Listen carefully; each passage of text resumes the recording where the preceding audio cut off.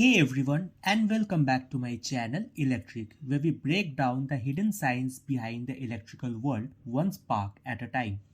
Now tell me something, have you ever seen lightning tear across the sky or watched sparks explode during welding and wondered what exactly is happening there? Those electrifying moments aren't just random bursts of energy. They are a part of a powerful and sometimes dangerous phenomenon known as an electrical arc. And today we are going deep into the science behind it, how arcs form, why they get insanely hot, the risks they pose, and how engineers work to control them. So buckle up because what you are about to learn might completely change the way you think about electricity. Let's start with the basics. Under normal conditions, air is an excellent insulator. Electricity wants to flow, but air says no. But if you crank the voltage high enough, the rules change. When voltage becomes strong enough, it rips electrons off air molecules. This process is called ionization and it turns ordinary air into something terrifyingly powerful called plasma, the fourth state of matter. Now, the air is no longer an insulator, it's a conductive highway for electrons. Once that arc forms, intense current rushes through the plasma. Temperatures can reach nearly 20,000 degrees Celsius, hotter than the surface of the sun. This heat expands the plasma, making it even more conductive, creating a runaway loop. So, in a split second, a harmless gap becomes a violent flow of energy.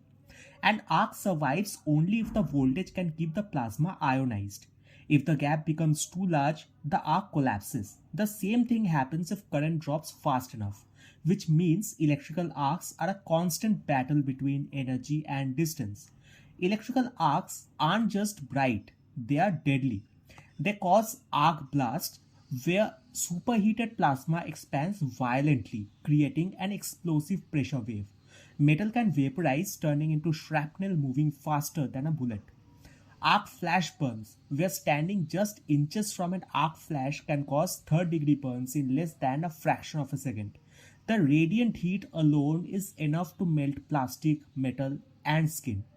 And equipment destruction, where inside electrical systems, arcs can vaporize copper bus bars, weld components together, and destroy transformers, costing millions in damage. So, how do we protect systems and ourselves? Well, breakers and fuses are the first line of defense. They interrupt current fast enough that an arc can't fully form.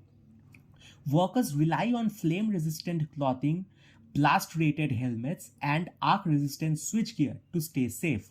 And modern systems now use sensors and AI to detect arc signatures in milliseconds, shutting down circuits before disaster strikes. But arcs aren't just destructive, sometimes we want them. This can be seen by practicing controlled arcs in technology, which includes welding, plasma cutting, arc furnaces, and future fusion reactors. In these cases, controlled arcs help us build skyscrapers, recycle steel, and maybe one day power the world using fusion. Electrical arcs are one of nature's most dramatic phenomena, destructive when uncontrolled but incredibly useful when harnessed. So the next time you see a spark, remember you are witnessing a tiny lightning bolt powered by physics.